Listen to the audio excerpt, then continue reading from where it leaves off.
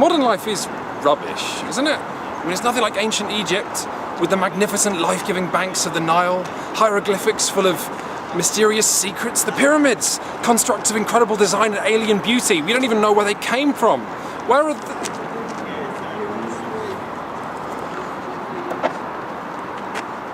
Well, where are the nubile and oil slaves?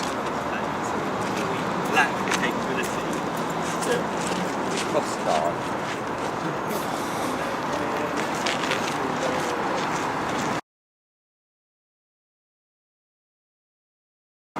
Kemet is a big glossy game with a big glossy problem, and that problem is called Cyclades. Cyclades is a game of warring Greek gods from the same publisher. It's absolutely excellent. It has a beautiful auction mechanic that plays into a wonderful strategy game with gorgeous miniatures. The question then is Kemet as good? And more difficultly, should you buy one if you have the other? So first off, what do you get inside that nice big box? Well, you get a board. A double-sided board, actually. A lovely plastic bag of lovely plastic Egyptians. A selection of spooky plastic monsters. A couple of decks of cards. A load of powers. And still more stuff. You'll then set up the board like this. Everybody will have a city with 10 men and 3 pyramids in it, which are actually 4-sided dice that have been cleverly repurposed. And you're ready to kick off. And kick off is a very fitting term because Kemet is about 2 things. It is about looking good and starting fights, making it the Russell Crowe of the board gaming world. You win the moment you get to 8 victory points, or 10 if you're playing the long game. And the easiest way to do that is to go off and have a fight and win, which gets you 1 victory point. Not if you're the defender and you win, you have to attack and win. But there are 3 very important things that you need to know before you start beating up your friends. Right, important thing number 1 is temples. Around the board are a bunch of temples, and if you can take them and sit in them, if you're in them at the end of one of Kemet's gory rounds, you're going to get rewarded. So if you're going to bloody your friend's nose, you might as well do it kicking them out of temples, and the reward you're going to get is mostly prayer points. You're going to be spending those prayer points on important thing number 2, which is upgrading your temples from levels 1 to 4, so you can buy levels 1 to 4 of the different coloured upgrade powers, which include red power, which is all attacking, blue power, which is all defending, and white power, which is economic and includes slavery and the Crusades. Not even kidding, like, just, yeah. So, hold territory to get resources and spend resources on your army. So far, so every other game ever, but with some exciting racist undertones. Now, we get onto the area that made me nervous about Kemet when I was reading the manual. When you're moving your soldiers, rather than moving them to areas, you don't have to do that. You can spend 2 prayer points to teleport them to anywhere with an obelisk. So, here, here, here, here, here, here, here, here, or there. So the entire board, I was reading this and I thought... What? That's bollocks! In strategy games, moving units around is the puzzle. You can't just teleport things wherever you want. Anyway, turns out I was being an idiot, and Kemet's teleporting is actually a fantastic system because most strategy games always start the same way. Very f***ing slowly. People move units, they do a lot of talking, they form defensive lines, and they don't actually get into the habit of fighting, which can lead to a sort of tedious thing where some players sort of hover around the edges, not wanting to be the first to be a jerk.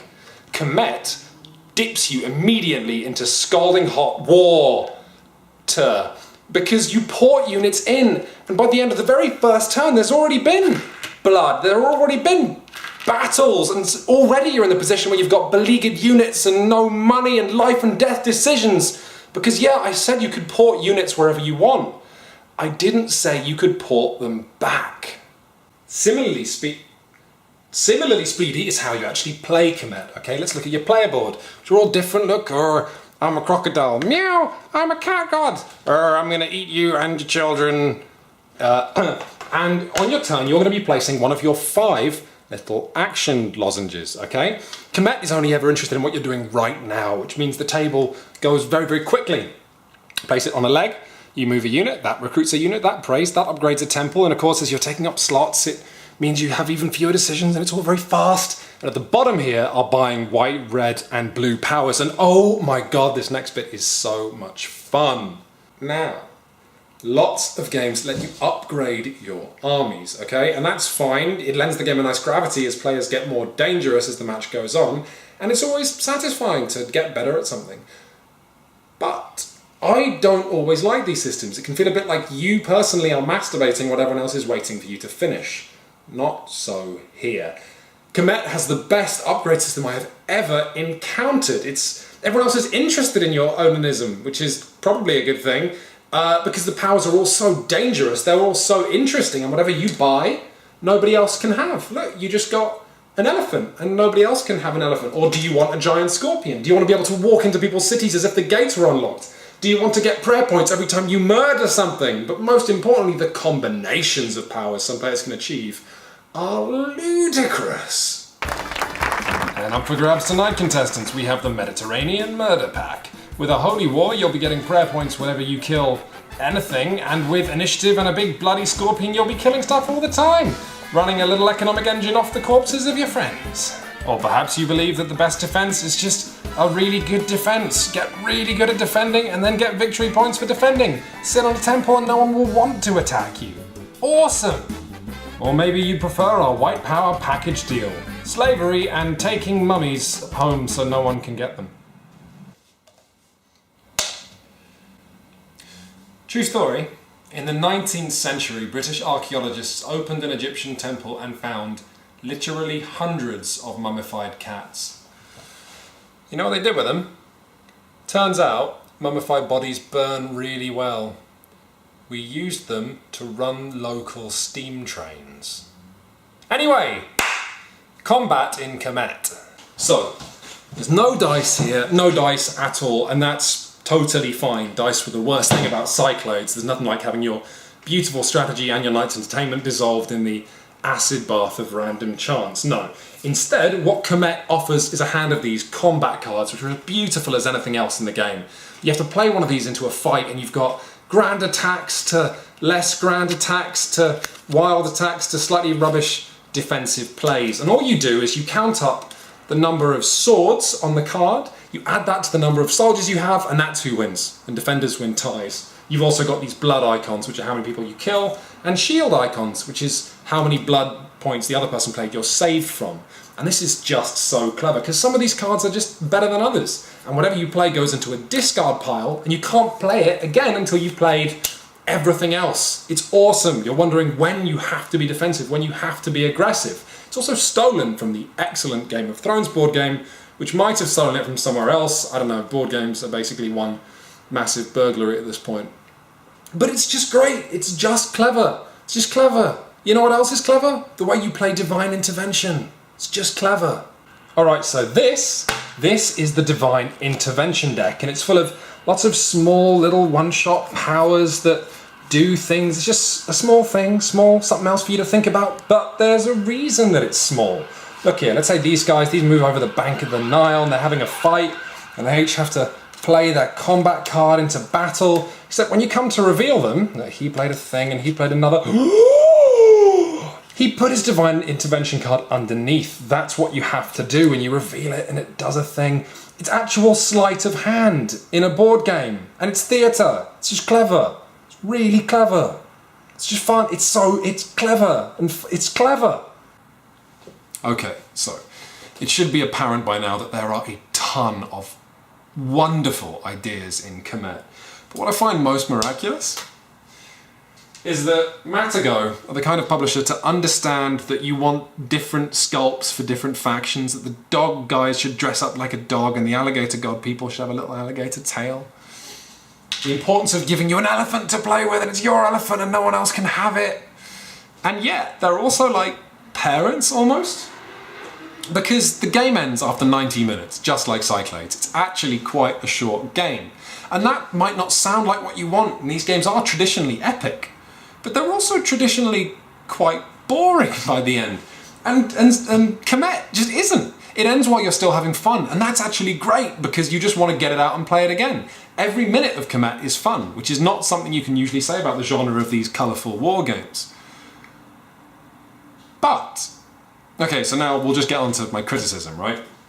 So, just like Cyclades, this is a game that's beautiful, intelligent, a wonderful contest, it's short, and it demands you pay attention, right? Because every decision matters, which is a good thing, but in Kemet, there are so many ideas. I've never seen this many ideas in a game so tight. It demands players instantly grasp all these systems, because if your first move matter, you better be moving in the strategy that you want immediately. So if you're not paying attention, if you're a little drunk or you're not paying usually you can fumble along in the first few turns, right? In a big board game like this. You can't in Kemet. If you fumble along for the first few turns, you've been wasting half of the game. So that's not that bad, but then what gets worse is that if you've played Kemet a couple of times and you introduce it to new people, you're gonna win. Because even though you can try different strategies, you'll still know what a good strategy looks like. You'll still know to go for the good temples at the top of the board, or to combine these two tiles, or that the action disc tiles are great to get at the beginning. You can grab half the VPs required in one very clever move, if you're good. So, that's Kemet. And the thing is, if that's my criticism of the game, that it's a bit too tight, you know we're probably onto a winner. But, is it better than Cyclades? Let's go and look at the Shut Up and Sit Down supercomputer and find out. I've upgraded it recently, so it should be better this time. Okay, hello computer. Computer. That really wasn't a question. Okay. Right, so is Kemet better than Cyclades? Okay. No, is Cyclades better than Kemet? Cyclades is not as good as babies. Not the baby thing again. Is Cyclades still better than Kemet? Cyclades is better than stillborn babies. Jesus Christ! No, stop with the baby thing! Babies. No, right, should they buy Kemet? They should not buy cement. No, should they buy Kemet? Why would they want cement? Are they building a baby? Overall then, we were really impressed by Kemet. I think it just edges past City of Remnants as the best game with which to beat up your friends this year. As to whether it's better than Cyclades, there's no reason why you can't own both. They're both really different. But my feeling is that if you don't play games very often, Cyclades edges this one out. It has half the rules, it's very elegant, and it's great from the first time you play. This is more of a gamer's game, right? Closer to the nerdy end of the spectrum, but if you're competitive, if you just want something to beat your friends with, if you want loads of systems and loads of possibility, this game is just entirely awesome. Overall, Shut Up and Sit Down recommends Kemet.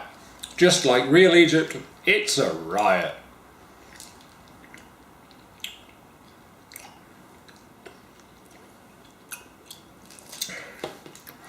Alright, you try ending a board game review then.